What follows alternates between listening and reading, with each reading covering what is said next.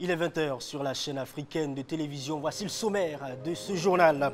Il faut 50 parrainages pour les prétendants à la magistrature suprême au Burkina Faso pour le 22 novembre prochain.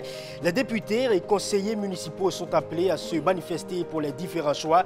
La Commission électorale nationale indépendante a lancé officiellement la remise des formulaires de parrainage ce matin. Un guichet spécial est même mis à la disposition des prétendants. Explication complète dans un instant. 2 civils et un policier ont été tués ce dimanche dans une attaque perpétrée par les Chebab à Mogadiscio, la capitale somalienne. Attaque survenue dans un hôtel fréquenté par des responsables gouvernementaux. 5 assaillants ont été également tués, au moins 28 autres blessés, annoncent les autorités somaliennes. La suite, vous le verrez un peu plus en détail dans ce journal. Le terrorisme se fait de plus en plus présent en Afrique australe. Des djihadistes du groupe des insurgés d'Al-Sunna Wal-Jama ont attaqué la petite ville de Mochimboa d'Apraya.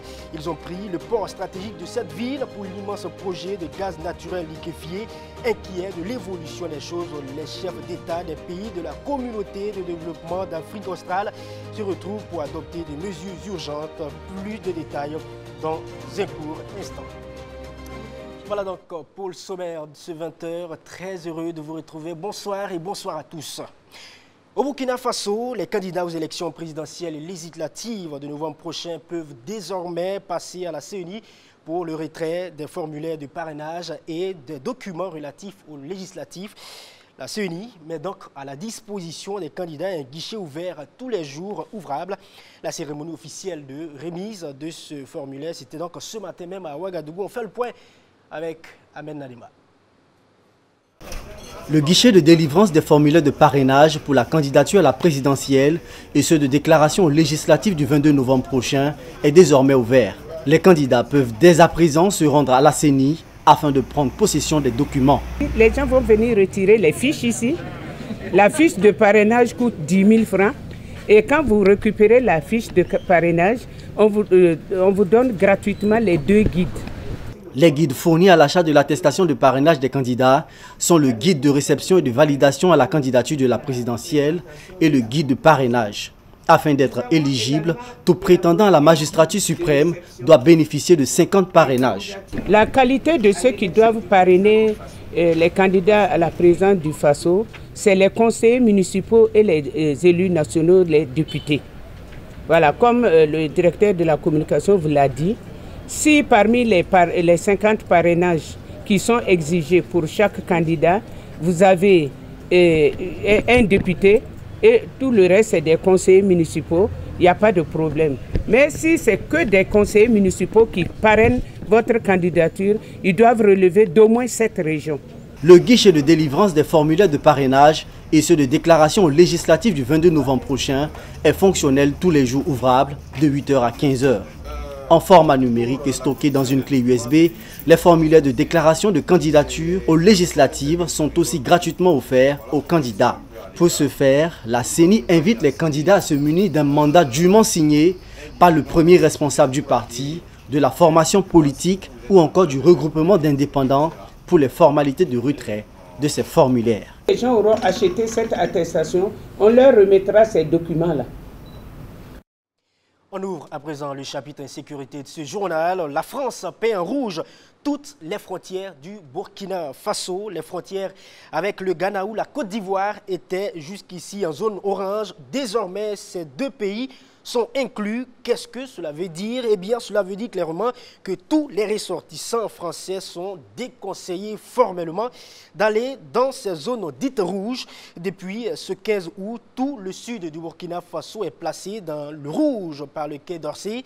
Des villes comme Pau, Léo, Ouessa et le parc animalier de Nazenga, la frontière ghanéenne, sont concernés par cette restriction selon le ministère des Affaires étrangères de la France. Et ce n'est pas bien sûr tout. Des villes comme Nouna, Banfora et Niangoloko à la frontière ivoirienne, même Waïgouya qui était à la limite de la zone rouge dans le nord du pays et Kaya, dans le centre-nord, sont formellement interdits aux ressortissants français d'y mettre également les pieds, car selon lui, là, on parle bien sûr du ministère des Affaires étrangères, la situation sécuritaire s'est fortement dégradée dans ces régions ces derniers mois.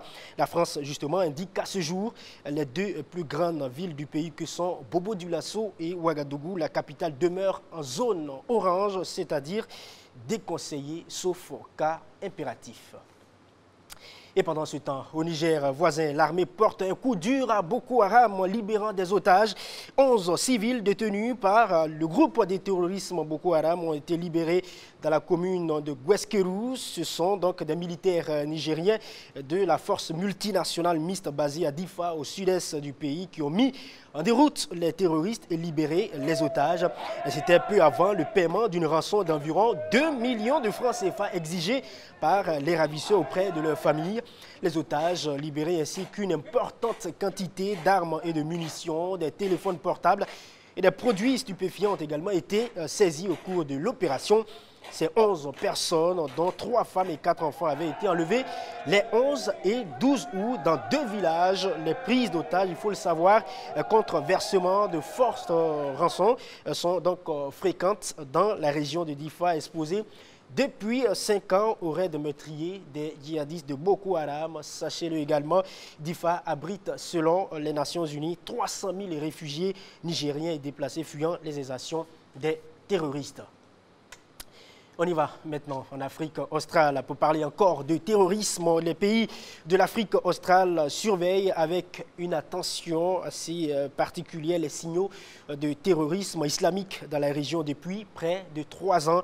Dans le nord du Mozambique, pour la 3e fois cette année, des djihadistes du groupe, j'allais dire, des insurgés d'Al-Soula Wal-Jama, plus communément appelés Al-Sheba, affiliés au groupe État islamique, ont attaqué la petite ville de Mochimboa da Praia.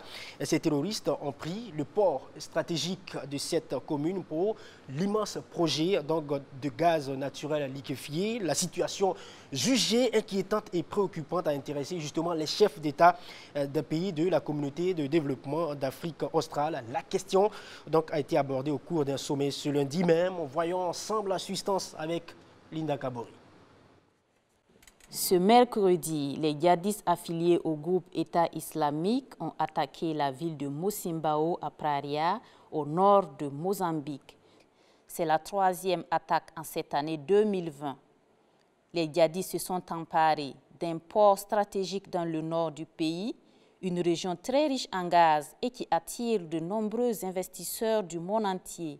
La région devrait accueillir un gigantesque projet d'exploitation de gaz naturel liquéfié qui se profile comme l'un des plus gros investisseurs en Afrique. L'occupation djihadiste risque de mettre donc à genoux l'économie du pays. Et la situation préoccupe au plus haut point la SADC, la communauté de développement de l'Afrique australe. Moins d'une semaine après cette attaque, les 16 pays membres se sont concertés par visioconférence autour d'une thématique bien évocatrice de cette urgence régionale. La SADC, 40 ans de conciliation de la paix et de la sécurité, de promotion du développement, de la résilience face aux enjeux planétaires.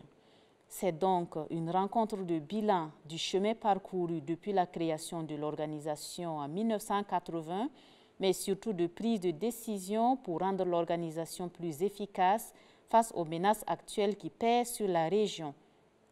La SADC devrait d'urgence aider le Mozambique à endiguer cette rébellion violente, selon l'Institut d'études de la sécurité basé à Pretoria. Il y a quelques mois, le Mozambique avait sollicité un déploiement de forces de l'organisation régionale pour l'aider à faire face à la poussée djihadiste. Il appartient désormais au président mozambicain lui-même, Felipe Jacinto Nyusi, qui vient de prendre les rênes de l'organisation régionale en qualité de président en exercice de la conférence des chefs d'État et de gouvernement. Il lui revient donc de mobiliser ses pairs à agir et à prendre à bras le corps les urgences de l'heure et à faire face aux grands enjeux de la sous-région. On boucle le chapitre insécurité avec la Somalie. 10 civils tués, 5 assaillants et un policier des forces spéciales somaliennes tombés. Voici le bilan de l'attaque perpétrée par des terroristes somaliens Shebab ce dimanche même à Mogadiscio, la capitale. On dénombre également au moins 28 blessés. L'attaque s'est produite sur un hôtel fréquenté par des responsables gouvernementaux. Avant de prendre l'hôtel, il est survenu l'explosion d'une voiture piégée près de l'hôtel. Puis, bien sûr, des hommes armés ont investi l'établissement où des coups de feu ont été entendus. Une source sécuritaire indiquait plutôt que le bilan des morts pouvait donc encore augmenter car l'explosion de la voiture piégée justement qui a précédé à l'attaque de l'établissement par des hommes armés a été massive. Dans un communiqué, les Shebab revendiquant l'attaque indiquent que leur martyr avait pris le contrôle de l'hôtel et qu'ils avaient infligé de lourdes pertes aux personnes qui étaient présentes, chassées de la capitale somalienne. En 2011, les Shebab ont ensuite perdu l'essentiel de leur bastion, mais ils contrôlent toujours de vastes zones rurales, d'où ils mènent bien sûr des opérations de guérilla et des attentats suicides contre le gouvernement et bien sûr contre les civils. Je vous emmène maintenant en Somaliland pour essayer de comprendre justement cette vidéo virale aux allures de kickboxing entre deux autorités du pays. À première vue, on se croirait sur un ring de boxe. Dans cette vidéo que vous voyez justement, le président de la République de Somaliland se lance dans une bagarre sans précédent, bien sûr, avec son président de l'Assemblée nationale. C'était à l'occasion d'une assise publique. Le président du Somaliland, Moussé Bihi Abdi, s'exprimant lors de cette rencontre en direct, s'est soudainement levé et a commencé à frapper son adjoint. Alors, l'honorable Madi Gouleb, le président du Parlement, n'a pas attendu longtemps. Il a également répondu au coup, conduisant donc à une sérieuse bagarre. Les deux hommes ont échangé de violents coups de poing alors que ceux qui étaient donc présents tentaient de séparer les deux antagonistes. Que s'est-il passé réellement au point d'en venir au point? Eh bien, on n'en sait pas grand-chose, mais il est bon de préciser que dans la quasi-totalité de la presse, il a été fait la confusion entre la Somalie et le Somaliland pour cette affaire, alors que le chef justement de l'État du Somaliland se livrait à une véritable séance de pugilat, j'allais dire. Le président somalien Mohamed Abdullah, pour sa part, était à Doussamares pour une troisième phase de pourparlers avec les chefs d'État régionaux au cours des élections nationales de 2020-2021. Le Somaliland, il faut le savoir, est un petit pays africain avec une population d'environ 800 000 habitants. Au pays d'Emmanuel Macron, le coronavirus ne dort pas encore. Selon le dernier bilan, 19 nouveaux décès ont été recensés en France en 24 heures. La pandémie de coronavirus continue de se propager au sein de l'Hexagone, provoquant l'inquiétude. En signe de ce regain, le taux de positivité au test PCR réalisé est à nouveau en hausse et s'établit à 2,8% contre 2,6% la veille, selon les chiffres transmis dimanche soir par le ministère de la Santé. Les chiffres deviennent d'ailleurs particulièrement inquiétants du côté de l'Île-de-France et Paris. Et selon l'Île-de-France, le nombre de cas a été multiplié par 6 en 2 semaines. Le 23 juillet, le taux d'incidence c'était de 9,7 sur 100 000 habitants. Donc, 2 semaines plus tard, le 14 août, selon le dernier bilan de l'ARS, le taux d'incidence justement est passé à 34,7 pour 100 000 habitants, largement supérieur au taux national qui est de 17,3 pour 100 000 habitants.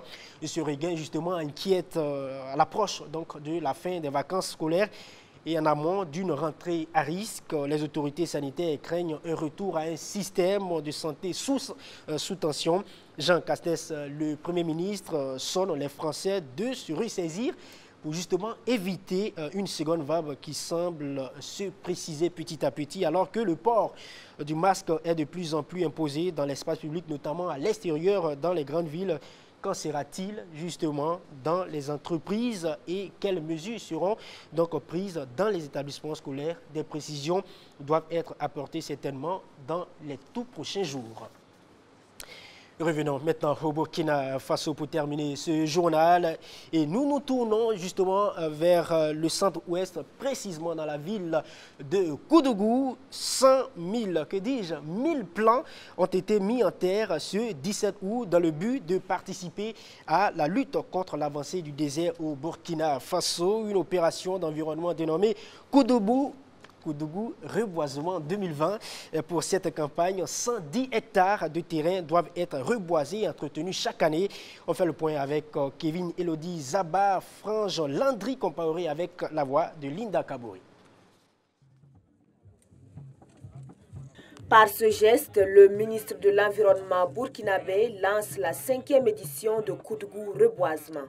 C'est sur le site du lycée professionnel national Maurice Yameogo que 1000 plants ont été mis en terre ce 16 août en vue de participer à la lutte contre l'avancée du désert au Burkina Faso. Nous nous sommes donnés pour objectif depuis 2014 de se retrouver chaque année au mois d'août à Koudougou pour procéder au reboisement d'un certain nombre de plants. Les jeunes sont mobilisés autour des idéaux, autour des fondamentaux de Koudougou et nous contribuons au développement de Koudougou à travers les reboisements, à travers la plantation symbolique de quelques arbres. 105 000 hectares de forêt disparaissent chaque année au Burkina Faso à cause de la surconsommation du bois, selon le ministère de l'Environnement. Conséquence, une pluviométrie de plus en plus rare et des inondations. Pour repousser le désert grandissant, 110 hectares de terrain doivent être reboisés et entretenus chaque année. Dans le temps, on assistait à des plantations sur des sites non sécurisés. On mettait les plants en terre et on revenait l'année prochaine. Cette année, nous avons, à travers le ministère de l'Environnement, d'abord c'est s'assurer d'abord sur le site sur lequel on plante. Ça, c'est un premier aspect. Deuxième aspect, ceux qui font l'opération de reboisement doivent s'engager à entretenir et à suivre les plants mis en terre. Troisièmement, nous pensons que l'ensemble des collectivités territoriales doivent s'engager davantage pour l'entretien des plants mis en terre, puisqu'aujourd'hui, il est possible, il est permis aux collectivités de déclasser des forêts à leur nom. Par conséquent, il suffit seulement de les créer et de les classer au nom des différentes collectivités. Koudougou Reboisement permet de planter 1000 arbres chaque 2 ans. Depuis sa première édition en 2014, 4000 plants ont été mis en terre. Les promoteurs ambitionnent d'atteindre 7000 plants d'ici à 2022. Voilà, messieurs, l'édition de ce soir, c'est terminé. Merci à vous tous de l'avoir suivi. Demain, à 20 h sur ce même plateau, je serai ici encore pour d'autres actualités. Continuez de suivre les programmes de la chaîne africaine de télévision. Prenez bien soin de vous et des autres. On se retrouve demain et très bonne soirée.